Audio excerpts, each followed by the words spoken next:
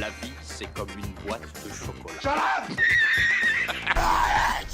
Oh, Nelly, look at this. You do know the difference. Voilà exactement ce que j'aimais. I'm not a complicated man. I like cinema. Bonjour à toutes et à tous, auditeurs et auditrices, vous écoutez Le 7e œil, un podcast cinéma dans lequel on décortique chaque mois une question autour d'un thème précis.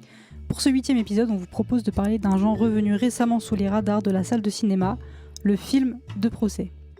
Comme chaque mois, on a choisi 4 films autour du sujet. On va vous parler du très acclamé Anatomie d'une chute de Justine Triet, de l'un peu moins connu Une intime conviction d'Antoine Rimbaud, de La voie de la justice de Destine Daniel Cretton et enfin, un film qu'il était impensable de ne pas inclure, l'un des plus grands films de procès de l'histoire du cinéma à mon avis, 12 hommes en colère de Sidney Lumet. Et enfin, comme chaque mois, on va tour à tour disséquer ces films autour d'une problématique qui est la suivante. En quoi notre verdict en tant que spectateur est-il influencé par le montage et ou l'écriture du film ? Donc comme d'habitude, je suis avec mes fidèles acolytes Gauvin. Salut. Et Dorian. Salut tout le monde. Mais ce mois-ci, nous avons à nouveau un invité et pour le coup, une invitée qui n'est autre que Christelle, la maman de Gauvin. Oui, c'est ma maman, moi. Bonjour à tous. Est-ce que Christelle, tu peux te présenter brièvement, nous parler un petit peu de toi, peut-être de commencer par ton rapport au cinéma ?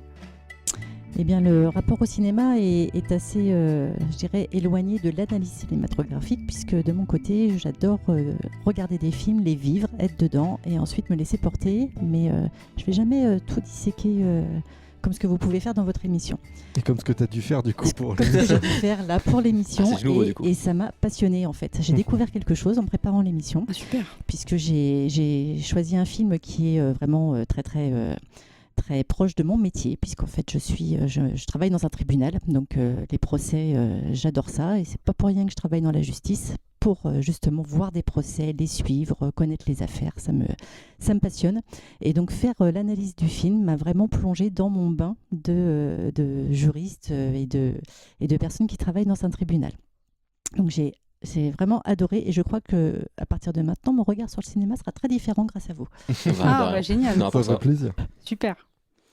Alors, est-ce que tu as remarqué, justement en visionnant les films, et notamment peut-être le film que tu as choisi, donc qui est Une intime conviction, une différence majeure avec ton travail, étant donné qu'on a quand même choisi 2 films français, donc on peut imaginer qu'ils sont assez fidèles à ce qu'on peut imaginer du procès en France, et 2 films américains où peut-être que là c'est un peu plus difficile de comparer avec ce qu'on connaît. En effet, les films américains, là je peux vraiment pas analyser puisque je ne suis jamais allée aux États-Unis voir un procès. En revanche, sur les 2 films français et Une intime conviction, j'ai choisi parce que c'est un reflet exact de la réalité. En fait, une cour d'assises, c'est exactement comme ça que ça se passe. Et d'ailleurs, ça a été, tout ce qui est dans le film correspond exactement à ce qui s'est dit pendant le procès. Donc, quand on regarde Une intime conviction, on est dans la cour d'assises réellement. Donc les placements des gens, la façon dont les uns ou les autres s'expriment, donc très différent avec les États-Unis, puisqu'il y a des règles où les anglo-saxons en général, les règles sont complètement différentes dans un procès. Mais là, celui-là, oui. Et dans Anatomie d'une chute aussi, on voit que c'est... Alors, le visuel est moins mis, je trouve, dans Anatomie d'une chute sur l'organisation du procès, c'est plus sur les acteurs. Alors que dans Intime Conviction, on a vraiment l'ensemble du tribunal qui est représenté et c'est assez parlant. Enfin, moi, en tout cas, les 2 m'ont vraiment parlé sur la façon dont ça se passe en cour d'assises. Pas tous les procès ne se passent pas comme ça, mais en cour d'assises, oui. D'accord. Ah c'est super intéressant. Là, tous les projets, tous les films, ça vient de la cour d'assises en tout cas. Oui. Ouais, donc, en général, c'est ce qui est spectaculaire. Ouais, avec des vraies affaires de meurtre, et assassinat, c'est en cour d'assises. Pour clarifier, cour d'assises, qu'est-ce que c'est ? La cour d'assises, c'est la cour, une cour qui juge tout ce qui est crime, assassinat. Donc, tu mets ton micro un peu plus bas. Un peu plus bas. Ouais. Une cour d'assises, c'est une cour qui juge tous les crimes et assassinats, mais avec un jury populaire. Donc il y a un président du tribunal, un juge professionnel, mais surtout des jurés. Et donc il faut que l'intime conviction des jurés se construise. Et ça, grâce aux avocats, grâce aux témoins. D'accord. Donc comme ça, si on ne savait pas ce que c'était, si on ne savait pas de quoi on allait parler, en fait, procès, ça veut surtout dire la cour d'assises. Donc. Voilà, dans le thème d'aujourd'hui, oui, on est vraiment dans des cours d'assises. Oui, tout à fait. Et là, c'est intéressant parce qu'on a des films qui vont vraiment faire une sorte de comment dire ? État des lieux. Ouais, d'état des lieux, mais global, vraiment de la cour d'assises, parce qu'on a sur certains films un petit peu l'avant, avec La Voix de la justice, on va une fois avoir une sorte de première enquête de cet avocat en herbe qui analyse une histoire pas très claire, et puis on a 12 hommes en colère, où là on a l'après, avec la délibération du jury, tout ça. Donc c'est vraiment intéressant pour ça. Et alors ce qui est intéressant avec ce sujet, qui est le film de procès, c'est que le cinéma, en fait, ça a commencé avec Georges Méliès, que Gauvin J'aime beaucoup le aime rappeler, beaucoup. du coup Nina me fait très plaisir. Ça a commencé avec des réalisateurs qui se sont intéressés à la fiction, comme Georges Méliès ou Alice Guy. Donc on fait des films très oniriques, très féeriques, très sur la magie. On a voulu essayer de laisser le spectateur s'emporter dans un univers très onirique où le spectateur était presque passif. Et le film de procès, j'ai l'impression que c'est ce qui va totalement à l'encontre de tout ce qu'on a dans le cinéma à ce niveau-là, dans le cinéma spectaculaire, dans le cinéma de divertissement, dans le cinéma de procès. Le spectateur est actif et va essayer d'analyser avec les éléments, avec les avocats, les personnes de la cour d'assises, d'analyser l'histoire. Donc c'est pour ça que je pense que c'est un sujet qui a une place particulière dans l'histoire du cinéma. C'est que c'est quand même un thème où on est particulièrement actif et il n'y a pas beaucoup de sous-genres qui ont cet effet-là. Et écoutez, je propose qu'on commence directement avec peut-être le film que la plupart des personnes qui nous écoutent ont pu voir, qui est Anatomie d'une chute. Tu m'as dit que t'avais entendu tes parents, maman, t'es sortie de la maison, c'est ça? En fait, j'entendais pas vraiment les mots, j'avais que des bouts de voix, mais ça faisait... oui, mais non, si t'avais pas les mots, du coup, tu peux pas savoir si c'était une dispute ou pas. Enfin, je sais ce que j'ai entendu. So, as you know, the autopsy report is inconclusive about the cause of death. Stop. I did not kill him. That's not the point. Sandra, Samuel et leur fils aveugle Daniel, 11 ans, vivent dans un chalet isolé à la montagne. Un jour, Daniel retrouve son père mort au pied de leur chalet. Suicide, homicide. Une enquête est ouverte et Sandra est mise en examen, suspectée d'avoir eu un rôle à jouer dans cette histoire. Un an plus tard, Daniel assiste au procès de sa mère et par la même occasion à une véritable dissection du couple formé par ses parents. Alors, Anatomie d'une chute, c'est un film qu'on a beaucoup entendu. À juste titre. Et que Dorian, tu as choisi parce que je crois que tu aimes bien ce film. Et oui, c'est en fait tout ça pour dire que le cinéma français, j'ai toujours été... c'était pas le cinéma qui m'a fait évoluer dans ma cinématographie, à tort, parce que j'avais toujours ces préjugés pas forcément... Dans ma cinéphilie, pardon. Du coup, j'avais des préjugés qui n'étaient pas forcément bons. Et c'est vrai que c'est le genre de film qui vraiment peut s'exporter avec fierté, parce que c'est vraiment l'un des plus grands films français que j'ai pu voir et c'est fait partie des dernières claques que j'ai reçues et à juste titre. Anatomie d'une chute, évidemment, c'est vraiment l'un des films qu'on a le plus glorifié, que ça soit en France avec pas mal de Césars reçus ou à l'international avec quand même un Oscar, l'Oscar du meilleur scénario original. Faut savoir aussi que du coup ça a été écrit par Justine Triet et son compagnon Arthur Harari, qui ont tous les deux écrit ce scénario et qui ont été approchés même par Spielberg et qui leur a dit j'ai adoré votre film, est-ce que vous pouvez écrire un scénario pour mon film s'il vous plaît? Donc ce genre de proposition est toujours incroyable. Donc voilà. Alors pour en arriver au film, le film commence simplement sur le garçon qui sort avec son chien et quand il revient, il voit son père mort. Et là, toute l'intrigue commence. Toute l'intrigue commence parce qu'on va se poser la question, est-ce que le père s'est suicidé ou est-ce que Sandra, qui était la seule présente pendant les faits, a tué son compagnon? Et tout le film va s'orienter sur ce grand questionnement, cette enquête qui va être, je trouve, très très réaliste. Le point de vue va évidemment être du côté de Sandra. Évidemment. C'est-à-dire que j'y reviendrai plus tard, mais moi j'ai un peu vu le film à l'envers, donc okay. On verra ça. Évidemment, il y a différents points de vue, mais le point de vue, le personnage qu'on suit le plus, ça reste Sandra. Tu trouves pas? Moi, je trouve qu'on suit beaucoup le fils quand même. On suit le fils. Beaucoup Daniel. Ouais. Mais le truc, c'est que vu que là, on essaie de se poser la question, est-ce qu'elle est coupable ou non? On va essayer de se pencher de son point de vue pour justement s'intéresser aux indices qu'elle peut laisser pour savoir. J'ai l'impression qu'on n'est jamais vraiment de son point de vue parce que c'est comme si la caméra était presque omnisciente par moment. On n'est pas à sa place, mais on filme ce qu'elle fait et ses réactions, etc. Mais on reste toujours un peu... Je pense que c'est du cas par cas et c'est du comment on ressent le film et je pense qu'on peut le ressentir comme tu l'as ressenti, mais c'est... Exactement, et justement c'est pour ça que c'est un très bon film, c'est qu'il est complexe parce que justement... moi je parle de point de vue, mais c'est de l'ambiguïté en fait. C'est-à-dire que la manière dont elle est filmée, de la manière dont on la suit, tout est ambigu. C'est-à-dire que voilà, on a eu trois manières différentes d'analyser le point de vue, mais qui sont pas fausses ou pas forcément, ou qui sont vraies, mais ça dépend de chacun. Par exemple, même dans la manière de choisir des plans qui paraissent, on voit un plan, il n'y a rien de spécial qu'on voit, mais par exemple, à un moment donné, Sandra, elle regarde c'est après le meurtre évidemment, enfin après qu'il soit mort, son compagnon, c'est qu'on voit un écran où elle voit son mari.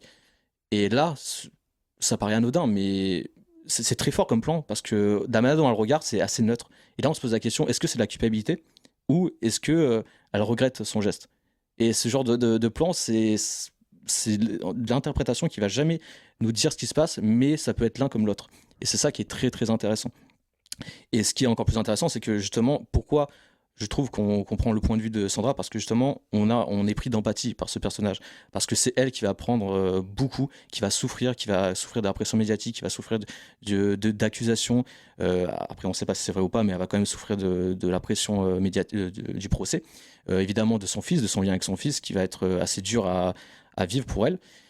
Et ce qui est hyper intéressant, ce qui est hyper fort, c'est que même si elle ne l'a pas tué, elle va quand même avoir une part de responsabilité dans le suicide du mari. Parce que, en fait, quand on voit la scène de la reconstitution qui est incroyable et qui est glaçante, on se rend compte que même si c'est une relation qui est basée sur l'intellectuel, même s'il y a des émotions, c'est une relation qui est basée sur l'intellectuel, eh bien, il y a un cocktail de toxicité qui règne entre le couple, qui explose, qui fait exploser le couple, et on montre à quel point ce couple est détruit.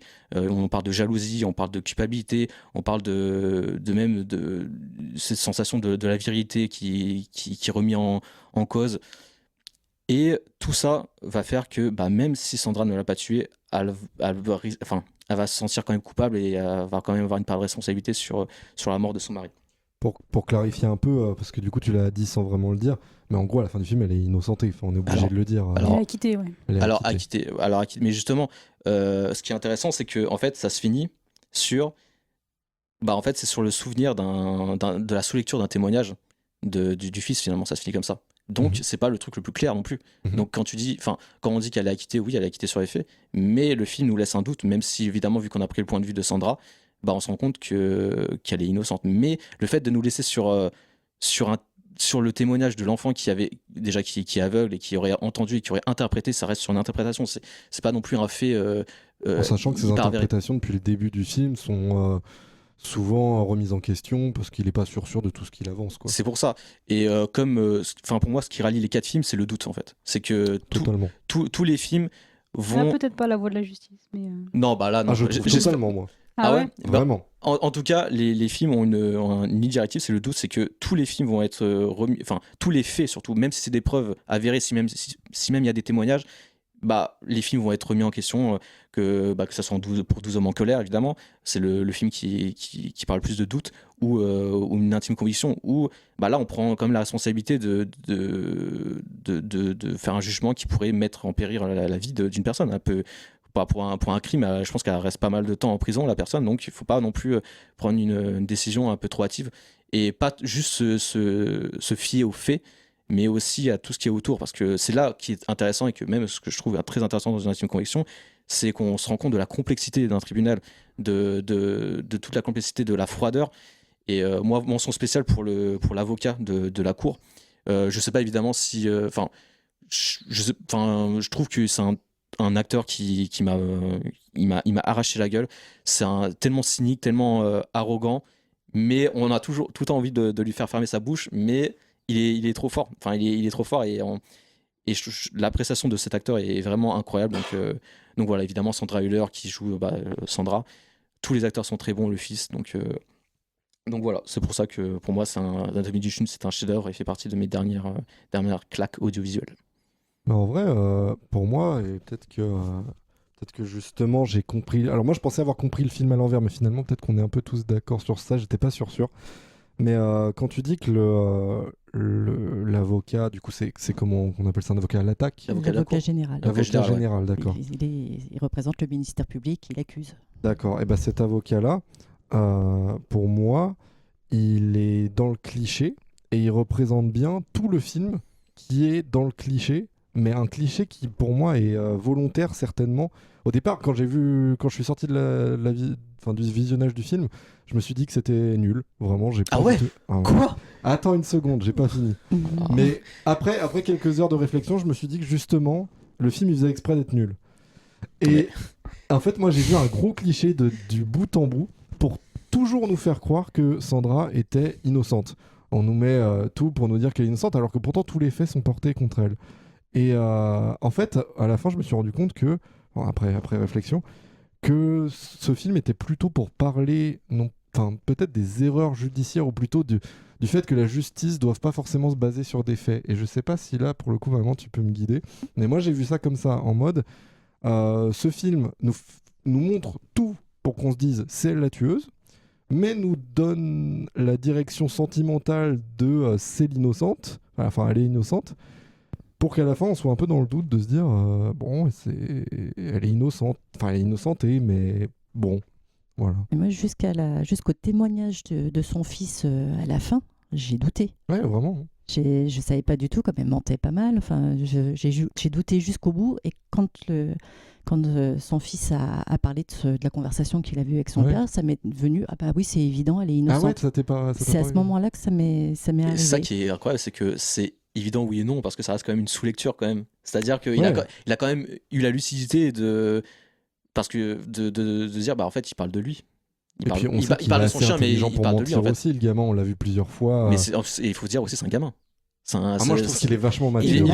Il est très très mature. Non, mais ce qu'il faut dire aussi, c'est, je crois qu'on en avait parlé ensemble, Dorian, il y a longtemps, quand on avait parlé d'Anatomie d'une chute, c'est que il y a deux scènes principales de reconstitution des faits. Il y a celle de la dispute entre Samuel et Sandra, qui est une scène on y croit, d'enregistrement. Donc on entend ce qui se passe, et il y a une reconstitution visuelle auquel on croit, enfin laquelle qui est assez clairement réaliste. Mais la scène avec Daniel dans la voiture avec son père, on ne sait pas. Parce que le père parle avec la voix de Daniel, donc c'est Daniel qui raconte l'histoire. Le père ne parle pas, donc on ne sait pas. On ne sait pas si cette scène-là, elle s'est vraiment passée, ou si Daniel peut-être tente une dernière chose pour sauver sa mère. On ne sait pas. On ne sait pas du tout ce qui se passe dans sa tête, parce que lui aussi il doute. Mais est-ce qu'il doute et il est ok avec le fait que potentiellement sa mère va être accusée, et donc est-ce qu'il doute et il se dit je vais protéger ma mère parce que moi c'est ce qui me reste. Ouais, bien sûr. Mais même lui, il doute parce que il se pose la question en mode, en fait, qu'est-ce qu'a fait ma mère. Et quand tu vois la mère en mode voir son fils en mode je ne suis pas un monstre, tout ce que tu entends et tout, c'est comme un cri du désespoir, mais tu sais pas vraiment si c'est vrai ou pas. Dernière phrase aussi, j'avais peur de rentrer, j'avais peur que tu rentres. Ce côté où il y a un malaise quand même entre les deux, comme s'il y avait toujours, enfin comme si non, parce qu'il y a toujours ce doute de se dire certes t'as été innocenté, mais on n'a toujours pas l'explication de pourquoi elle est morte. Bien sûr. Donc, et moi, pour moi, ça va lancer une sorte de sous-thème de tout ce podcast, parce qu'on retrouve ça dans tous les films en fait. Et c'est ce côté où, et c'est ça que j'aime pas finalement dans la justice, mais c'est le côté où les sentiments rentrent plus en compte que les faits quelque part, parce qu'on a tellement peu de faits, c'est tellement dur de trouver des faits qu'il faut choisir quoi. Et c'est ce qu'ils disent dans Anatomie d'une chute. Et c'est pour ça que pour moi c'est un bon film. C'est clair, mais surtout au cinéma. Non, mais surtout au cinéma, parce que c'est vrai que moi, je l'ai vu 2 fois. Du coup, Anatomie d'une chute, j'ai revu pour le podcast, mais je l'avais déjà vu juste après Cannes quand il est ressorti au cinéma. Et la première fois, j'étais tout le temps dans le doute. Enfin, voilà, on est tous un peu dans cet état-là. Et après, je l'ai revu en ayant parlé avec ma mère, qui n'est pas là aujourd'hui, c'est la mère de Gauvin, je rappelle.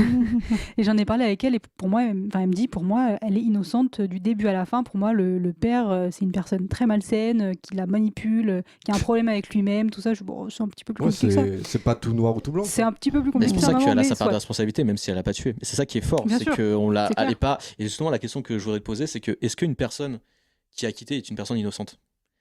Parce que là, en soi, même si elle est quittée, est-ce qu'on peut dire que vraiment elle est innocente? Bah oui, si elle est acquittée, c'est présomption d'innocence en France. Parce que innocente en soi. Il n'y a pas eu de preuve qui l'accuse. Mais il n'y a pas de preuve du coup qu'il a tué aussi. Donc on reste quand même dans le doute. C'est l'intime conviction qui est au bout du compte. Mais oui, c'est ça, c'est la présomption d'innocence. Si tu n'es pas coupable, tu es innocent. Et d'ailleurs, c'est le seul film, alors après, hors sujet un peu, mais là j'ai 2 choses à dire. Première chose, c'est dans Une intime conviction, c'est le seul film où on parle de présomption d'innocence, et moi, c'est quelque chose qui me paraît tellement important, ça m'a paru fou de le voir que dans ce film. Et ensuite, dans ce film, dans Anatomie d'une chute, moi, ce que j'ai trouvé très drôle aussi, c'est qu'on est tellement concentré sur le problème, on est tellement face à un mur qu'on prend pas de recul pour voir que le mur, en fait, c'est juste un poteau. C'est-à-dire qu'on a aussi plusieurs indices dans le film qui nous montrent que la mère n'est pas forcément la seule potentielle coupable. C'est-à-dire qu'on a quand même une sorte de personne qui s'occupe du gamin, qui a un double des clés de la maison, qui pourrait être là à ce moment-là, on n'en sait rien. On a aussi la femme qui venait de partir. Au départ, on pense qu'elle vient de partir, mais en fait, on apprend plus tard qu'il y a eu 1 heure de temps entre le moment où le gamin a découvert le corps et le moment où la fille est partie. On est tellement face au mur qu'on voit pas qu'il y a d'autres possibilités. Mais après, c'est aussi le fait que là, on juge la culpabilité d'une femme et on n'essaye pas d'enquêter sur la mort, en fait. Mais c'est là qu'on voit les limites des enquêtes aussi, hein, et qu'en fonction de la façon dont les enquêteurs prennent les choses, ça peut aller dans un sens ou complètement dans un autre. Enfin, on le verra dans l'intime conviction, tout est parti sur un témoignage. Ouais. Alors, 12 hommes en colère, on part sur une remise en question d'absolument tous les faits qui ont déjà été établis. Ouais. Donc, est-ce qu'on continue sur une intime conviction Allez. Pour rester en France? Maître Dupond-Moretti, c'est moi qui vous ai contacté à propos de l'affaire Viguier. Je viens vous proposer de reprendre l'affaire. Si je prends une affaire, je commence par lire le dossier. Je vous parle d'une erreur judiciaire, là. Monsieur Viguier, vous avez mis 3 jours à déclarer la disparition de votre femme. En vrai, ils savent même pas si elle est morte, hein. Si ça se trouve, elle est partie. Il n'y a pas de cadavre, il n'y a pas de mobile. Et vous êtes qui, alors? Je suis une amie de la famille. Dis qu'ils ont aucune preuve, mais toi non plus, tu peux pas être sûr. Pourquoi s'est-il débarrassé du matelas sur lequel dormait son épouse? 250 heures d'écoute téléphonique. À vrai dire, je suis emmerdé, j'ai personne qui connaisse l'affaire comme vous. Le 27 février 2000, Suzanne Viguier, mère de 3 enfants, disparaît sans laisser de traces. Rapidement, Jacques Viguier, son mari, est suspecté de l'avoir assassinée. C'est sur ces mots, les faits, qu'une intime conviction commence. Librement inspiré d'un procès réel dans lequel on retrouve un personnage public en monsieur Éric Dupond-Moretti, mais affaire à laquelle pas mal de fiction sera ajoutée. Notamment le personnage de Nora, interprété par Marina Foïs, simple cuisinière dans une brasserie, qui va accompagner l'avocat dans la défense de Jacques Viguier, dont elle est intimement convaincue de l'innocence. Alors une intime conviction, c'est le choix de notre invité. Est-ce que toi-même, tu as une intime conviction en voyant ce film-là par rapport à cette affaire ? Ah bah oui, totalement, puisque je pense que le film, du début à la fin, nous dit que Viguier est innocent. En fait, c'est en tout cas mon ressenti, je sais pas vous, mais il est innocent depuis le début. De toute façon, on ne le voit même pas. On n'a même pas à se faire un avis sur lui, puisqu'on ne le fait que le croiser. Il n'est pas personnage vraiment présent. Et bon, je vais peut-être parler un peu du film, mais jusqu'à la fin, à finir l'enquête avec elle et trouver qui est coupable. En fait, le vrai coupable, qui, dans les faits réels, n'a jamais été inquiété. Mais oui, mon intime conviction est totalement faite grâce à l'enquête qu'elle a menée. Parce que du coup, le vrai coupable, à la fin, même si on ne l'a pas dans le procès, on le sait, quoi. Et non, on n'en sait rien. On n'en sait rien, mais... On a 2 possibilités, en fait. Mais du coup, ça se rejoint sur la phrase finale, qui est qu'il y a 10 000 disparitions non résolues sur les 30 000. Du coup, on ne sait pas, parce qu'on ne sait même pas si elle est morte. On sait même pas si elle est morte. Ça se trouve, elle est partie. Hein. Tout ce qu'on sait, c'est que Jacques Viguier, il n'y a aucune raison qu'il soit déclaré coupable. Il n'y a aucune raison, il n'y a pas de corps, il n'y a pas de preuves. Il n'y a eu que le témoignage de l'amant de Suzanne Viguier, qui a orienté les enquêteurs, qui ont dû trouver un fil à tirer à ce moment-là avec le couple qui se déchirait, lui qui a mis 3 jours à signaler la disparition, le matelas qu'il a jeté, le matelas sur lequel dormait sa femme qu'il a jeté. Ça a fait plein de faisceaux d'indices qui ont tout de suite dit c'est forcément lui. Il a quand même passé 10 ans. C'est horrible. Et son incapacité à se défendre aussi. Il ne pouvait pas se défendre. Et pendant 10 ans, tout le monde le disait innocent, tous ses proches, ses enfants, sa famille, ses amis, tout le monde le déclarait innocent. Mais la justice le pensait coupable jusqu'au jour où il y a eu ce premier procès. Avant celui du film, il y a eu un premier procès en assises où il a été acquitté. Et le ministère public, donc notre avocat général du film précédent, mais le ministère public a dit non, les jurés se sont trompés, on estime qu'il est coupable, et rebelote. 1 an plus tard, recours d'assises, alors que le gars, un an avant, il était acquitté et c'était fini. Et donc dans ce film qui est totalement réel, le réalisateur a assisté, il avait été invité par un ami à venir voir ce procès qui semblait très intéressant, et ne serait-ce que un procès d'assises est public, tout le monde peut aller y assister, quand il y a de la place, parce que souvent ce sont des affaires très médiatisées, donc il y a beaucoup de monde. Mais son ami lui dit viens voir, ça va être un super procès. Et à l'intérieur, il se dit mais cette affaire doit être tournée en film. Il y a vraiment il y a du suspense. Il appelle ça un thriller judiciaire, tellement le suspense est à son comble. Et tout ce qui a trait à la justice à l'intérieur est réel, c'est-à-dire y compris les plaidoiries de Dupond-Moretti à la fin. Alors la vraie plaidoirie a duré 1 heure, mais les 12 minutes pendant lesquelles elle a duré montrent vraiment comment ça s'est passé. 12 minutes de plaidoirie. Voilà. Ouais. Donc tout y est vraiment. Le placement dans la salle, les témoignages. Le film a été créé en faisant appel aux psychiatres qui sont intervenus pendant le procès, a fait appel aux avocats. Dupond-Moretti a participé. Oui, d'accord. Voilà, il a avalisé au fur et à mesure ce que le réalisateur faisait. Et ne voulait pas que son nom soit mentionné au départ. Il disait, dans un film, il n'y a pas de lieu qu'on donne mon nom. Mais c'était tellement proche de la réalité qu'ils ont fini par dire, OK, c'est vraiment comme ça que ça doit se passer. Sachant qu'un procès n'est jamais filmé. Donc, ils ont tout fait à partir des rapports de greffe. Alors, il y a les rapports de greffe, mais il y a aussi, lui, ce qu'il a vu, ce qu'il a noté, tout ce qui s'est passé sur place. Mais comme c'est interdit d'être filmé, il a fallu tout reconstituer. Et à l'aide de ceux qui l'ont vécu de l'intérieur, ils ont reconstitué au plus près tout ce qu'ils ont fait pendant ce procès. Et donc, le seul personnage qui n'a rien à voir dans la réalité, c'est Nora, donc cette femme qui était jurée au premier procès. Donc, elle a fait partie du jury et donc a estimé qu'il était innocent à l'époque quand elle a vu qu'il avait été remis en question par l'avocat général. Par le ministère public, il était hors de question que ce gars-là, il ait un problème. Donc, je vais l'aider à se défendre et je vais aller voir Dupond-Moretti, qui était un cadre au niveau des avocats pour qu'il l'aide. Donc, tout ça, c'est la fiction. Ça ne s'est pas passé comme ça. Mais du coup, je me demande, parce que là, depuis tout à l'heure, tu montres à quel point c'est réaliste. Et tu parlais aussi du fait qu'il avait été fait, ce film, avant un autre procès, c'est ça? Donc, il avait été fait après le premier? C'est le deuxième procès d'assises, en fait. Il a été jugé deux fois, Viguier. Jacques Viguier a été jugé 2 fois. Et les 2 fois ont été faites avant le film? Ou la première fois? Oui, avant le film. D'accord. Oui. Parce que j'allais dire, vu que justement la problématique, là on parle de à quel point ça oriente le public et à quel point ça oriente le spectateur, s'il y avait eu un autre procès après, est-ce que ça aurait pas justement orienté la décision d'avoir vu le film en fait. Je me demande pourquoi il n'y a pas eu une nouvelle enquête. Parce que là aujourd'hui il est déclaré comment? Elle est toujours recherchée, elle fait toujours partie des personnes recherchées, et rien ne s'est passé après ce deuxième procès qui est concerné par le film. Rien ne s'est passé, il n'y a pas eu d'autres enquêtes derrière, il n'y a pas eu d'autres mises en accusation, et je pense qu'ils attendent de trouver le corps, parce que c'est le seul moyen ensuite de faire avancer les choses. Mais sans le corps, ça peut être que de la spéculation. Là, ça fait des années qu'ils sont passés, le corps, depuis 2010, non 2000, pardon, depuis 2000. Depuis 2000, le corps, il doit être bien décomposé, donc il trouve qu'il doit y avoir des indices même avec le corps si on le retrouve. Oui, mais moi, je suis verte que l'amant n'ait pas été inquiété, quoi. Enfin, bon, ça me paraît évident. Mais... Et du coup, est-ce que ce film a permis un peu de préserver, l'opinion publique de Jacques Viguier, et a permis un peu de redorer son blason quelque part? C'est possible. Parce que si justement il permet d'orienter vers le fait qu'il soit innocent, peut-être que les personnes ayant vu ce film, je ne sais pas s'il y a beaucoup de personnes qui ont vu ce film à l'époque. Oui, il a été... peut-être que ça a pu justement protéger un peu Jacques Viguier des problèmes qu'on va retrouver dans La Voie de la justice, qui est que malgré le fait que tu sois innocenté, tu es considéré quand même comme un criminel. L'opinion publique, c'est très fort. Donc il a pu être réintégré dans la... Même si tout le monde le croyait innocent. Donc il avait déjà une bonne opinion. Il avait déjà une bonne opinion publique.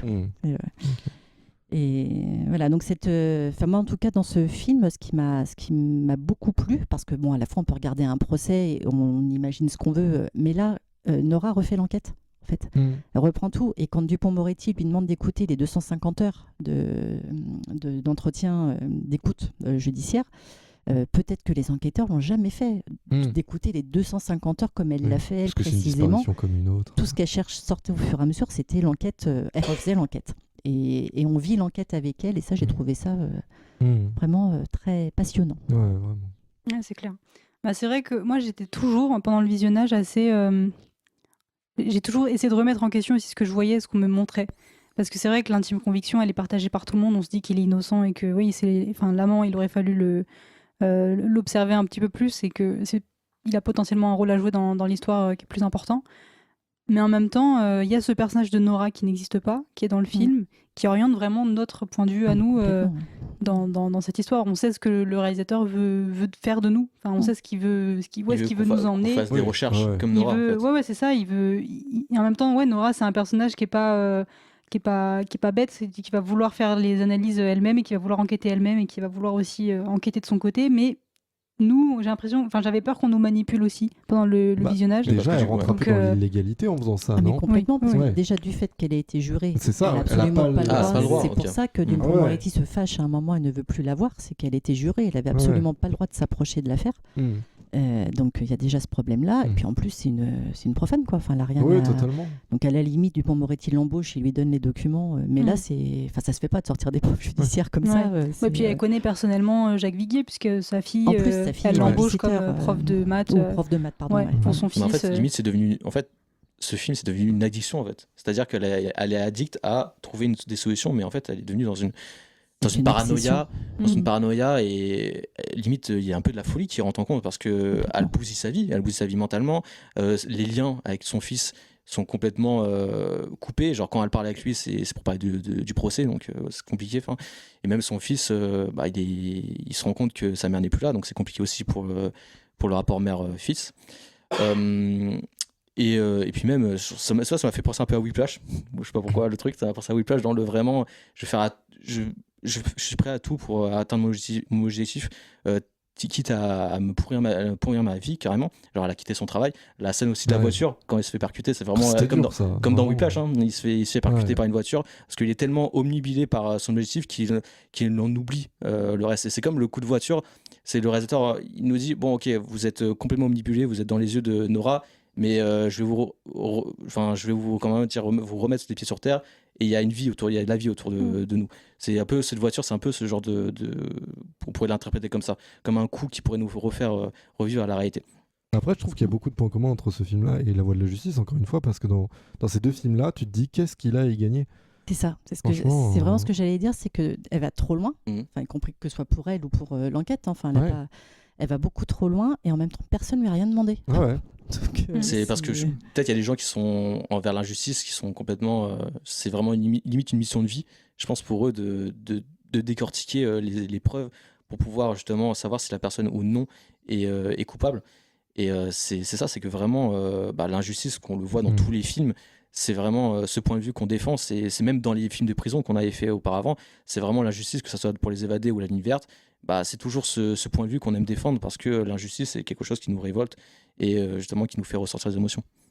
Pour revenir sur ce que Nina disait au tout début du podcast, je pense que c'est le fait que la justice soit une vertu fondamentale qui fait qu'on est obligé en tant que spectateur de prendre un parti quelque part. On doute, on réfléchit, on est impliqué dans le film, parce que quand on voit un procès, quand on voit des injustices, etc., on peut pas, nous, bêtement se dire « je regarde le film ».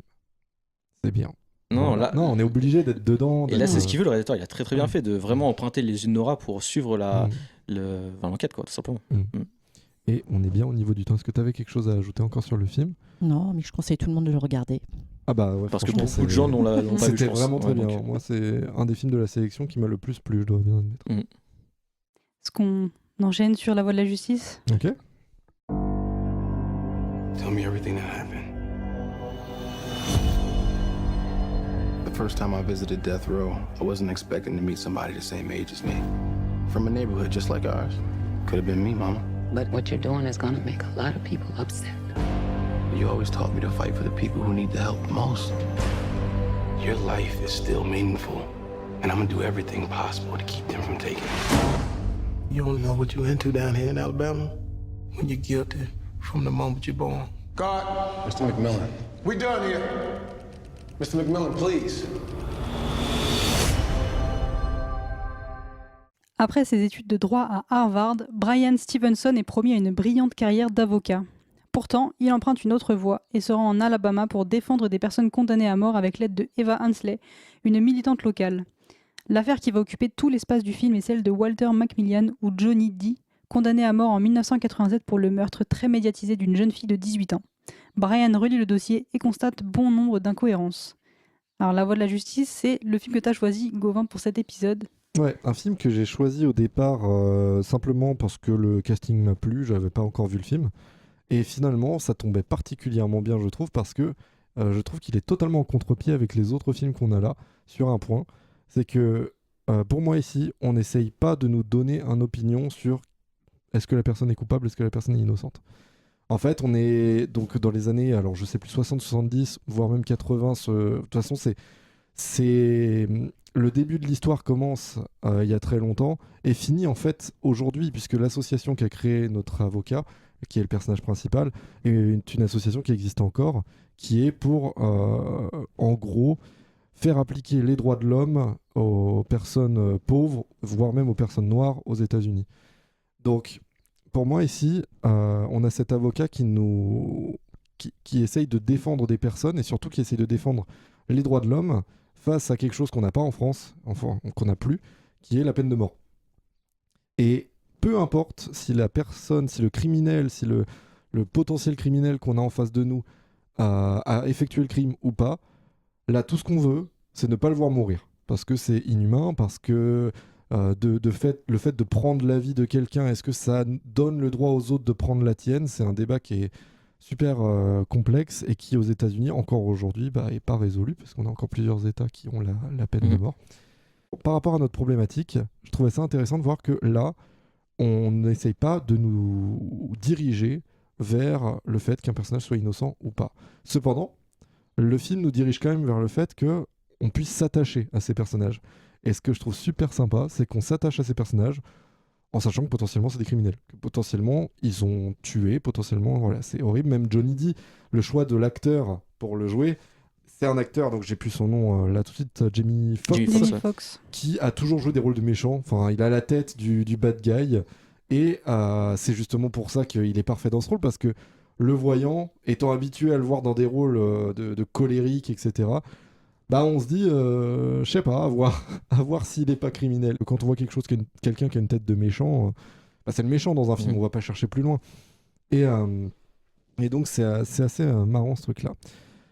Ensuite, donc pourquoi ce film est super intéressant, c'est qu'encore une fois, comme tu disais Nina, on essaye de s'ancrer dans le réel, là on est sur une histoire totalement inspirée de faits réels, et qui nous paraît, en France en 2020, totalement aberrante, d'imaginer que par exemple, l'un des trois criminels présumés qu'on suit a été mis en tôle juste parce qu'il avait la tête de l'emploi, ou qu'on ait Johnny Depp qui se retrouve dans une enquête qui prend des années et des années et des années, même des dizaines d'années pour certains d'entre eux d'ailleurs, mais il y en a un qui a tenu 30 ans en prison. Donc Johnny Depp qui, du coup, a été traîné dans la boue, et comme dans Une intime conviction, a pourtant été suivi par tout le monde derrière lui. Toute sa famille disait qu'il était innocent, toute sa famille avait les meilleurs alibis possibles, parce que non seulement il était là quasiment toute la journée, mais en plus de ça, il n'avait pas de voiture. Donc sa voiture était cassée, il pouvait vraiment pas se déplacer jusque-là, et tout reposait sur un témoignage d'un criminel blanc, qui du coup a été en plus falsifié, parce qu'il a été demandé, ce témoignage, par la police. T'avais quelque chose à dire, non ? Oui, je rebondissais sur quand tu parlais de ceux qu'on ne nous amène pas forcément à dire qu'ils soient coupables ou non coupables, etc. Ouais. J'ai quand même, alors avec le thème du podcast, mais j'ai quand même eu le réflexe systématiquement de regarder celui-là. Alors, est-ce qu'en réalité, est-ce qu'il est vraiment coupable ou pas ? Et il y en a certains. Je me suis dit, il y a vraiment quelque chose, il a vraiment fait quelque chose, il ne cherche pas à nier. Ouais. Donc j'ai bien aimé celui qui a fait la bombe notamment, celui-là ne cherche pas du tout à nier, mais en même temps celui-là on le sait quasiment dès le début qu'il a un problème, il a un pet au casque en fait, lié à la guerre du Vietnam, un PTSD. Ouais, mais je trouve que le propos du film il est un peu plus loin que ça, c'est pas juste est-ce qu'il est coupable ou pas, c'est est-ce qu'il mérite de mourir. C'est un film qui se met, exactement, c'est un film qui se met vraiment contre la peine de mort et qui milite vraiment contre ça. C'est pour ça que pour moi le vrai sujet du film, c'est donc le sujet du film et de l'avocat, c'est pas de rendre innocents des personnes présumées coupables, c'est plutôt de défendre les droits de l'homme. Voilà, c'est défendre les droits de l'homme et montrer aussi qu'au niveau des enquêtes, et ça c'est commun aussi sur l'ensemble des films dont on a parlé pour l'instant, c'est que l'enquête est la base de tout et on trouve des failles. Enfin, et là, lui, c'est ce qu'il a pu faire aussi, et trouver des failles et refaire l'enquête derrière. Donc ça inquiète un peu. En fait, là, c'est ce qui est fou dans ce film, moi, ce qui m'a semblé dingue aussi. Et en même temps, l'époque fait que, je suppose, mais c'est ce côté où les preuves ont été falsifiées par la police elle-même. Par exemple, le premier témoignage du criminel blanc, donc, qui disait qu'il n'avait jamais vu Johnny D, il ne savait pas qui c'était, et qu'il n'allait pas mettre quelqu'un en prison juste pour lui soulager sa peine. Celui-là a été effacé, et ils ont été jusqu'à le traumatiser en utilisant sa pire crainte contre lui, en lui faisant sentir de la chair brûlée, pour lui faire dire ce qu'ils avaient envie de dire. Et c'est là où en France, contrairement aux États-Unis à cette époque, et sûrement encore aux États-Unis dans certains États aujourd'hui, on a quelque chose que j'aime bien dans la justice, qui est que on ne peut pas utiliser des preuves qui n'ont pas été consenties par la personne jugée coupable. Dans le sens où tu peux pas rapporter un enregistrement que tu as fait de la personne sans que la personne n'ait su qu'elle était enregistrée. Ah oui. Et ce genre de choses, c'est quelque chose qu'on retrouve pas aux États-Unis à cette époque. Et là, notamment, ils ont forcé ce gars-là à dire quelque chose, alors qu'en France, justement, on ne peut pas forcer quelqu'un à dire quelque chose. Ça peut être des commencements de preuves maintenant. Ah ouais, d'accord. C'est plus aussi fermé qu'avant. C'est dur ça quand peut même. pas servir de preuve, mais de commencement de preuve. Quand on n'a pas du tout de preuves et qu'on n'a que des commencements de preuves, on se base sur ça. Ça peut orienter aussi. Ah ouais, ça c'est chaud par contre. Ça j'imaginais pas. Tu vois, j'avais un peu plus confiance quand même dans la justice en France. Toi, Dorian, t'as un petit truc à dire sur la voie de la justice ? Évidemment, ça parle de racisme et c'est déjà on est pris d'empathie parce que c'est quelque chose d'une injustice, quelque chose qui nous révolte, autre le fait que Johnny D soit coupable ou non. Donc évidemment, on est pris à partie par la défense, par Michael B. Jordan qui qu'on aime le voir progresser parce qu'il est là pour fermer la bouche un peu de tous ces blancs. Et justement, c'est le point de vue qu'on a. Et par exemple l'humiliation qu'il vit et que nous voyons et qu'on est témoin, genre quand par exemple il se fait déshabiller dans la pièce d'à côté alors qu'il n'y a rien, genre c'est juste un avocat, ou les regards tout simplement, il n'y a pas forcément des mots mais les regards qui sont très révélateurs de la police. Et il y a une phrase moi qui m'a vraiment fait résonner un peu dans le film, c'est Johnny D qui dit « Ici on est coupable dès la naissance ». Et cette phrase quand tu l'entends elle est horrible parce que tu te rends compte que il est là. Mais dans tous les cas, si c'est pas lui, ça aurait pu être une autre personne parce que c'est parce que je suis noir en fait. Ça influe et ils vont faire en sorte que de me mettre en prison parce que je suis noir. Et je voudrais aller plus parler du pouvoir en fait, parce que évidemment ça parle de racisme, mais ça parle de pouvoir aussi. Le pouvoir que les hommes blancs ont sur les personnes de couleur noire. Par exemple, la police, tout simplement. La police, ils ont un pouvoir considérable et tu peux rien dire parce que c'est la police, tout simplement. Et puis même, c'est pas parce que, même les blancs peuvent être aussi contrôlés par ces hommes de pouvoir qu'on a l'homme du coup qui a été corrompu pour qu'on puisse falsifier. Lui, dans tous les cas, à un moment donné, il lâche tout. Il fait comprendre que c'est eux qui ont contrôlé ces hommes de pouvoir. Ou même Brie Larson, tout simplement, qui défend ce combat alors que c'est une femme blanche. C'est vraiment. De toute façon, on voit bien à la fin, donc avec cette photo de groupe de l'association, qu'il y a noir, blanc, il y a absolument tout dans cette association. Donc c'est pour aussi montrer que, évidemment, c'est les hommes de pouvoir le problème. C'est les hommes de pouvoir blancs le problème. C'est eux qui maintiennent un statu quo, quoi. Ils veulent pas que l'égalité existe dans ce peuple parce que c'est beaucoup plus simple de mettre le crime sur le dos d'une personne dont on se fout royalement plutôt que de chercher un vrai coupable. Parce qu'en fait, eux, ce qu'ils cherchent, c'est le sentiment de sécurité plus que la réelle sécurité. Parce que c'est dur d'obtenir une sécurité, alors qu'un sentiment de sécurité, ça se fait en mettant quelqu'un en prison. Parce qu'en soi, vu que la guerre est terminée, en soi, ils ont des droits. La guerre de sécession est terminée, donc ils ont les droits. Le problème, c'est qu'on est dans le Sud. Donc, comme par exemple dans les films de Green Book ou Queen and Slim, on a toujours cette scène de la voiture où tu as toujours cet officier blanc qui va arrêter cet homme noir. Ouais, aussi. Et cette phrase, ce genre de scène est glaçante parce que tu te rends compte qu'il arrête et que toujours, même dans Get Out aussi, j'y pense, tu te rends compte, mais en fait, vous m'arrêtez pourquoi, monsieur ? Et il part comme ça, sans rien dire. Et c'est glaçant, c'est horrible. Et malheureusement, c'est devenu tristement culte, ce genre de scène, de montrer que les hommes, du coup, les policiers, ont du pouvoir. Mais ils sont pas là pour donner une raison, ils ont juste du pouvoir et te montrent que c'est eux qui décident et c'est eux qui peuvent te soumettre à eux, tout simplement. Et tout le film te montre ça. Donc il y a le racisme, mais il y a aussi le pouvoir que ces hommes blancs policiers ont sur les hommes afro-américains.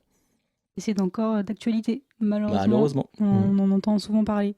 Et ce qui est intéressant, moi je voudrais bien qu'on termine là-dessus, c'est qu'il y a quelque chose qui est assez absurde dans le film, qui est très bien mis en avant, c'est que ça se passe dans une ville qui s'appelle Monroeville, et où il y a plein de moments où il fallait que j'en parle, où on parle du livre de Harper Lee qui est To Kill a Mockingbird, donc Ne tirez pas sur l'oiseau moqueur, duquel est né un film incroyable dont j'aurais bien aimé qu'on parle dans cet épisode, mais il fallait faire des choix, qui est donc To Kill a Mockingbird, ou Du silence et des ombres en français.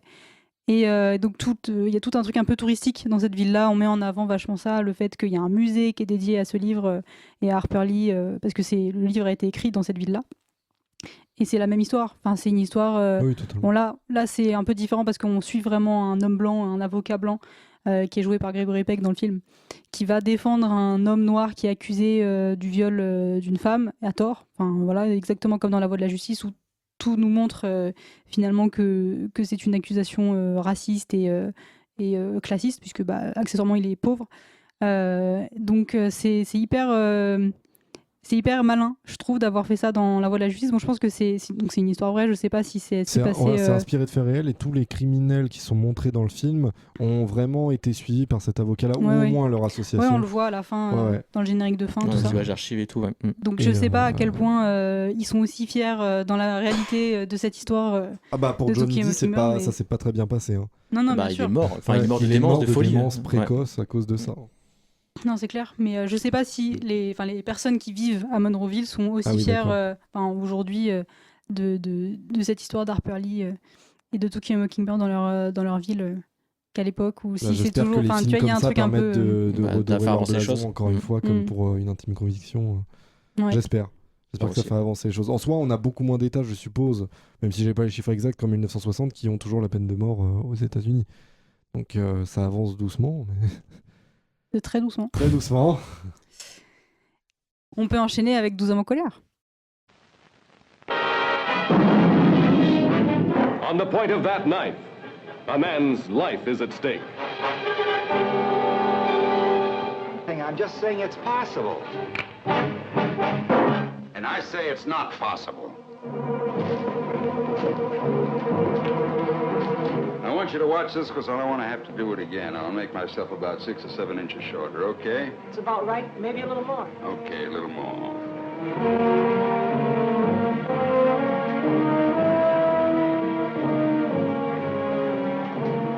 What's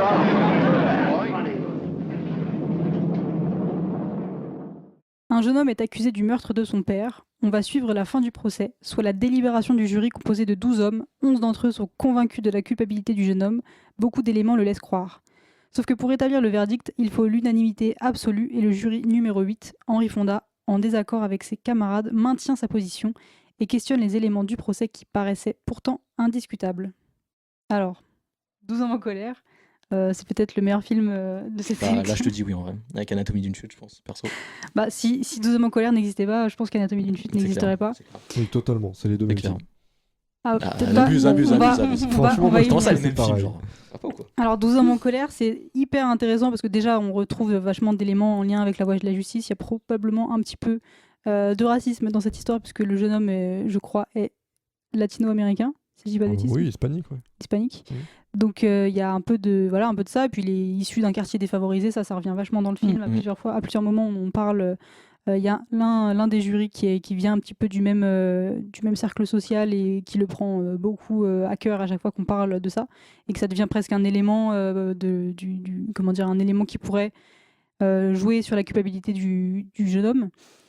Et donc c'est un film qui est très intéressant parce qu'on va commencer dans un doute assez net, c'est-à-dire que 11 personnes sont d'accord sur quelque chose, sauf un qui est peut-être l'un des plus charismatiques du groupe, qui est Henri Fonda, qui est un personnage très calme, très sage, très posé, qui parle peu et qui va commencer petit à petit à tout remettre en question sans forcément prévoir ce qui va se passer, qui va être, attention je spoil 12 hommes en colère, mais qui va être que finalement tout le monde va changer d'avis et croire à l'innocence du jeune homme, ou en tout cas croire au fait qu'il n'y a pas assez de preuves pour l'inculper. Et là, il y a aussi le même sujet que dans La Voie de la justice, qui est aussi la peine de mort. Et je pense que ça, c'est peut-être un peu plus sous-jacent, mais c'est quand même un thème qui est important, qui est aussi de dire, est-ce que, malgré le fait potentiel qu'il ait tué son père, est-ce qu'il mérite la mort? Parce qu'il a quand même 18 ans. C'est le même débat. Hein. C'est le même débat. Il a 18 ans, il a peut-être des très bonnes raisons aussi d'avoir tué son père, parce que tu sens que son père c'est quand même quelqu'un de relativement violent.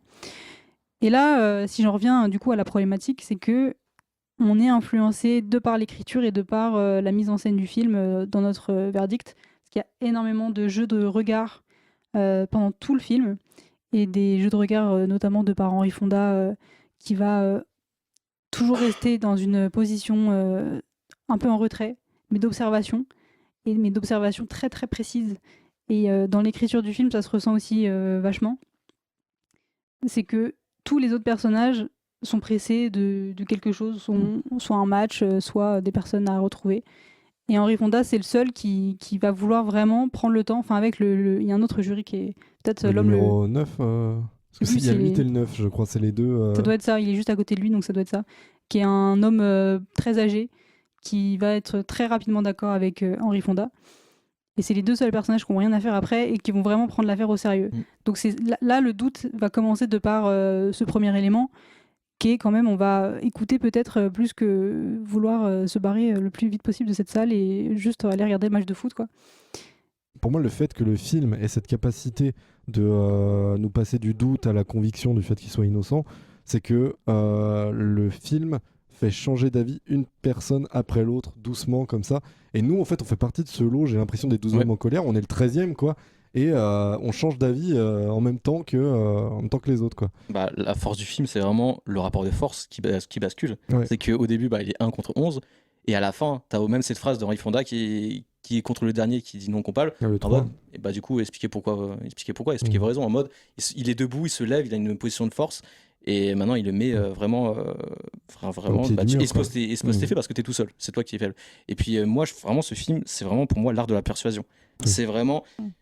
C'est vraiment genre comment convaincre une assemblée de personnes. Parce que là, comme a dit Nina, c'est Henry Fonda, il est représenté de manière calme, silencieux, iconisé de manière très calme, alors que tout le monde est en mode on parle de match, tout ça, ils s'en foutent, alors qu'ils ont vraiment une responsabilité quand même de la vie d'une personne en jeu, qui plus est une personne de 18 ans. Hein. Donc c'est quand même une responsabilité importante, et lui, il est l'un des seuls, le seul du coup, à prendre ça vraiment au sérieux, parce qu'on joue la vie d'une personne, et du coup, il va pas dire qu'il est coupable ou non. Il va juste exposer des doutes. Et c'est ça qui est important, c'est que comme dans tous les films, on a des doutes. Et que là, même si on a des doutes, on a des doutes qui sont évoqués, et on doit faire partie, on doit accorder l'importance aux doutes de la même manière qu'on doit accorder l'importance aux faits. C'est ça qui est intéressant. Mais en plus, c'est des détails qui sont très ludiques. Par exemple, il refait la scène en rejoignant le grand-père ou la personne âgée, quand avec la chaise, tout ça, il se chronomètre. Le témoin. Ouais, le témoin. Comme dans l'anatomie d'une chute. Exactement. Et même à la fin, genre un truc tout bête, quand justement le vieux se rend compte de quand il les marque sur son nez, il faut y penser. Il faut y penser à ça. Mais c'est vraiment pas débile du tout de se rendre compte que du coup elle a des lunettes, mais encore une fois, tu peux pas prouver qu'elle les avait ou qu'elle les avait pas. Parce que quand elle l'a vu, certes, elle a vu, on sait qu'elle a des lunettes, mais ça se trouve, elle les avait comme elle les avait pas. Donc, on a quand même le doute. Et si on a du doute, on ne peut pas l'inculper, on peut pas le dire qu'il est coupable. Et c'est encore une fois la force du film, c'est que, comme les autres films qu'on a vus, c'est que le doute doit être aussi important que les faits. Parce que là, on a quand même comme a dit Nina aussi, on avait parlé, c'est que là, c'est une peine de mort, là. Oui. Donc, faut vraiment pas prendre le temps.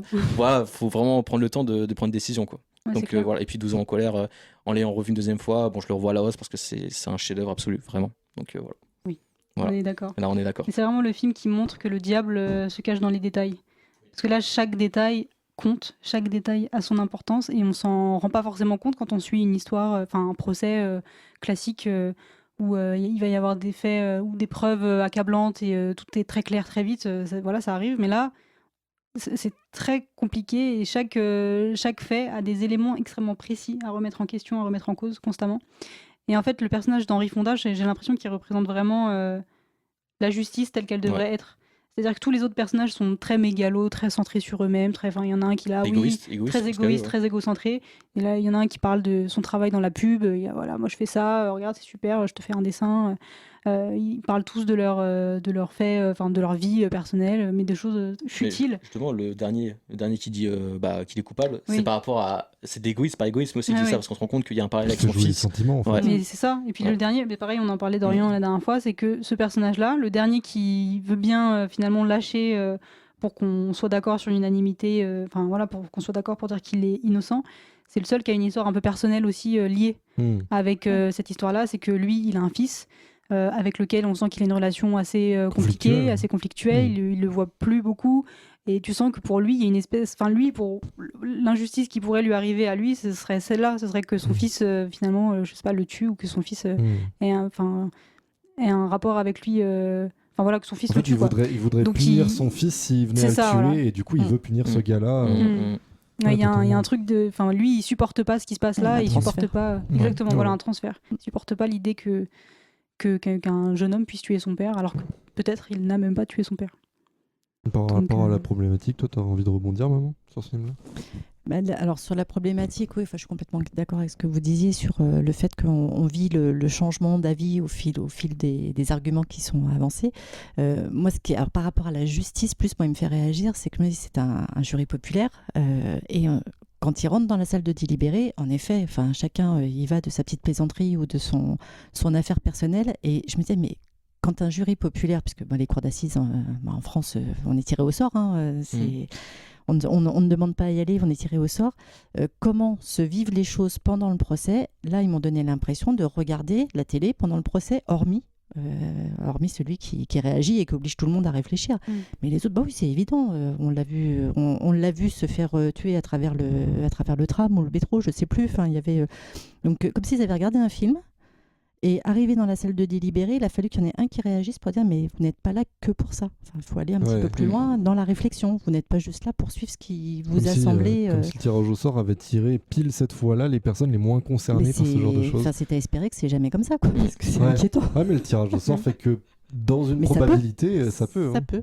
Oui, tout à fait. Et il y a sûrement des erreurs judiciaires liées au fait que les jurés soient pas plus concernés que ça par l'affaire. Et en même temps, c'est entendable parce que étant tirés au sort, les personnes tirées au sort sont peut-être pas du tout concernées par tout ce qui est justice, peut-être des personnes avec des facultés mentales, peut-être des maladies, des choses comme ça qui font que c'est compliqué pour eux de prendre des décisions, peut-être que leur relation à la nation même est compliquée, qui fait que faut espérer qu'on tombe pas pile sur cette fois-là, que des gens comme ça, quoi. Oui, parce que c'est un peu inquiétant. Mais ce film, je pense qu'il devrait être montré avant toute séance d'assises au jury. C'est...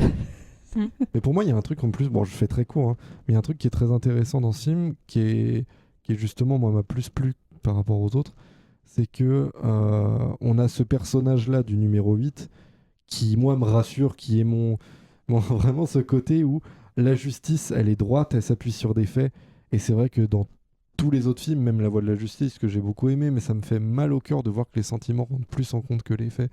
Et lui préfère mettre le doute en avant plutôt que se baser sur des ressentis. Et comme tu disais, Dorian, c'est que les doutes sont des faits, et que le fait que la femme, on sache pas si elle a ses lunettes ou pas, c'est beaucoup plus intéressant de s'appuyer sur ces deux théories-là. Elle les avait, voyons voir ce que ça donne. Elle les avait pas, voyons voir ce que ça donne. Que de juste dire oh, cette femme-là, de toute façon... Non, c'était le voisin du dessous. Ce voisin-là, de toute façon, il s'entendait pas avec le voisinage. Donc, lui, on l'écoute pas, c'est ça. Et voilà. Donc, moi, c'est là où j'ai beaucoup aimé ce point-là. Après, voilà, c'est pas mon film préféré de la sélection, mais j'ai beaucoup aimé ce point-là. Ok. Bon, je crois qu'on a fait le tour. Petite conclusion que tu auras envie de faire, Nina? Alors, juste pour rappeler rapidement la problématique, on s'était demandé en quoi notre verdict en tant que spectateur est-il influencé par le montage et ou l'écriture du film. Là, on l'a vu, c'est assez clair. Dans les 4 films, on va tout remettre en question avec les personnages, souvent en suivant quand même un personnage précis. La défense. Souvent la défense, quoique, je sais pas, là pour 12 hommes en colère, on suit quand même... la personne qui défend. On suit la défense. On suit la défense, mais on suit un personnage précis. Pour une intime conviction, on suit la défense. Pour la voie de la justice, on suit la défense, mais pour Anatomie d'une chute, on a le point de vue de la défense quand même. En fait, on suit personne. C'est complexe. Parce que là, c'est c'est plus compliqué, c'est vrai, mais... Tout dépend du point de vue de chacun aussi. Et Anatomie d'une chute, moi, j'ai plus l'impression qu'on suit le fils qu'autre chose. Et le fils, c'est celui qui est vraiment... qui oscille entre défense et accusation constamment. et qui est complètement perdu. Donc là, Anatomie d'une chute, c'est peut-être l'intrus par rapport à cette question-là. Mais en tout cas, on va à chaque fois suivre un personnage en particulier plus que les autres. Anatomie d'une chute de côté. Et le doute, c'est ce qu'on disait au début, Dorian, ce que tu disais, c'est que le doute va quand même, finalement, en y repensant de la voie de la justice, le doute est un petit peu moins, j'ai l'impression, en avant que les autres, parce qu'on se pose moins de questions, on est assez convaincu On n'essaie pas de savoir. Non, on n'essaie pas de savoir, on est moins convaincu, on est convaincu de l'innocence du personnage de Johnny Depp. Mais le doute est quand même le mot-clé de cette sélection. Ce qui est intéressant, parce que pour les épisodes précédents, on n'avait pas toujours des problématiques, des conclusions aussi différentes. Soit on concluait sur quelque chose de très humain, sur la foi, ou sur des croyances, voilà. Mais là, on conclut sur quelque chose d'autre. Donc comme quoi, je pense que le film de procès, c'est quelque chose qui est très en marge du reste. Après, pour peut-être moi donner ma petite conclusion perso aussi, je trouvais que dans Anatomie d'une chute, il y avait une phrase qui était super intelligente et qui, du coup, retranscrit ce qu'on a vu dans ces films dans le réel. C'est que quelque part, dans n'importe quel procès, surtout dans les procès où on n'a pas beaucoup de faits, il faut faire un choix. Et justement, cette phrase que Marge dit au gamin de à un moment, il faut faire un choix. Et là, il dit oui, mais je doute, moi je sais pas trop. Et, oui, mais voilà, soit tu dis qu'elle est innocente, soit tu dis qu'elle est coupable, et dans tous les cas, tu vas plus douter après, tu peux pas. Voilà, il faut qu'elle soit acquittée ou déclarée coupable. Et ce truc-là, ce truc du choix, pour moi, est lié dans ces films-là au côté sentimental, et c'est pareil dans la réalité où quand il n'y a pas de fait, quand il n'y a pas de preuve, faut faire ce qui plaît le plus finalement à tous ces jeux. Ce qui semble le plus juste. Ouais, ce qui semble le plus juste. Au-delà de plaire, mais ce qui semble le plus juste. Mais admettons que quelqu'un soit tueur, si on l'enferme, par exemple la femme là dans Anatomie d'une chute aurait tué son mari, l'enfant est aveugle, il a besoin d'aide, on n'a aucune preuve, mieux vaut la déclarer innocente pour son gamin, quelque part, même si elle l'avait tué, parce que si on n'a pas de preuve, si on n'a rien, plus juste, entre guillemets, ce serait que le gamin ait une mère, quoi. Et c'est compliqué. C'est compliqué de dire ça. Ah oui, c'est compliqué, oui, en effet. Mais la justice, ce serait trouver la solution qui va au plus grand nombre et qui va à ce qui est important, finalement. Même si on n'essaye pas de savoir qui a tué, qui a pas tué, il faut... Mais après, c'est ça le but de ces films, c'est de créer de l'ambiguïté. Parce que si on se rend compte, le mec il est accusé et que du coup, oui, il n'y a aucune preuve du contraire, c'est pas. En termes de dramaturgie, il n'y a aucun intérêt. Donc, les deux mots-clés pour moi, c'est le doute et, comme a dit Nina, et l'injustice aussi. Donc, pour la voie de la justice, c'est une injustice différente. Parce que là, on parle de problème racisme. Mais oui, mais on parle du fait que ça plaise au plus grand nombre. Bien sûr, et après le fait c'est que t'as l'inculpé et t'as envie de... Parce que tu prends empathie envers la défense, tu prends empathie vers cet accusé et t'as envie qu'il réussisse sans forcément qu'on sache ou non qu'il soit coupable ou non, mais ça qui est paradoxal, c'est que même s'il a fait quelque chose, t'as quand même... Tu veux pas qu'il meure, quoi. T'as pas envie qu'il meure, tu vois. Donc c'est pour ça que c'est très intéressant d'avoir l'ambiguïté dans ce genre de film, de pas dire il est d'une couleur et il restera cette couleur. Non, il a forcément s'il est cette couleur, il y a forcément c'est plus compliqué que ça. Genre tu peux pas être. Il y a un contexte social. Ouais, voilà, il y a un contexte social. Il y a plein de trucs. Il y a un contexte social. Dans Anatomie d'une chute, comme pour revenir à Sandra Hüller, elle a quand même sa part de responsabilité, même si elle a pas tué son mari. Rien qu'en voyant la scène de reconstitution. Donc voilà. Mais est-ce que par rapport à ce que tu vois en vrai, maman, les sentiments pour toi rentrent en compte autant que les faits, plus que les faits, quand même moins? Non, normalement, il faut surtout pas. Normalement, il faut pas, mais on est des êtres humains en fait. Et je dirais pas les sentiments, c'est le ressenti, plus que les sentiments. C'est-à-dire ce qu'on ressent de ce qui est dit, des propos qui sont tenus. S'il y a du mensonge, tu le sens, ce genre de choses. Quand c'est un mensonge, on se dit, on sent qu'il y a quelque chose qui ne va pas dans le propos. On ne sait pas quoi forcément, mais on sent qu'il y a quelque chose qui ne va pas. Et d'où on revient à ce qu'on disait au début, quoi, cette intime conviction. Ouais. On n'en sait rien. C'est ton mot-clé, ça. Mais c'est le mot-clé, je pense, de la justice sur ces affaires-là. Dès lors où on n'a pas des faits concrets, des preuves concrètes, il n'y a que l'intime conviction qui se forge avec tout ce qu'on est. Ouais, c'est ça. C'est pour ça qu'il faut des jurés différents, des gens qui viennent de milieux sociaux différents, etc. Pour opposer justement les ressentis de chacun. Tout à fait. Je crois qu'on a fait le tour de la question. On a pas mal répondu à la problématique. Est-ce qu'il y a autre chose que vous vouliez ajouter Non, on avait pas tout, du je crois. tout. Non. Bon, et bah doute, intime conviction, injustice. Moi, je dirais Et, faire un choix quand même. Faire un choix. C'est sur ça qu'on conclut cet épisode du 7e œil. Et bah merci Christelle d'être Merci. venue Merci à vous. pour cet Plaisir. épisode-là. On a appris plein de choses. Ouais. Super chouette. On a eu vraiment des éléments pour répondre à toutes nos questions. Donc c'est parfait. Merci Gauvin et Dorian comme d'habitude d'être Merci, là Nina. dans cet épisode. Merci Nina aussi pour ton taf. Et bah avec plaisir. Et puis bah écoutez, on se retrouve pour un prochain épisode du 7e œil d'ici un mois. Ouais, moi je suis sûr qu'avant ça, Nina va nous faire des petits trucs. Ah oui, peut-être un petit épisode hors série effectivement. Ah oui, c'est vrai. Enfin un épisode en bref effectivement. Bon, allez, des bisous tout le monde. Allez. Au revoir. Au revoir.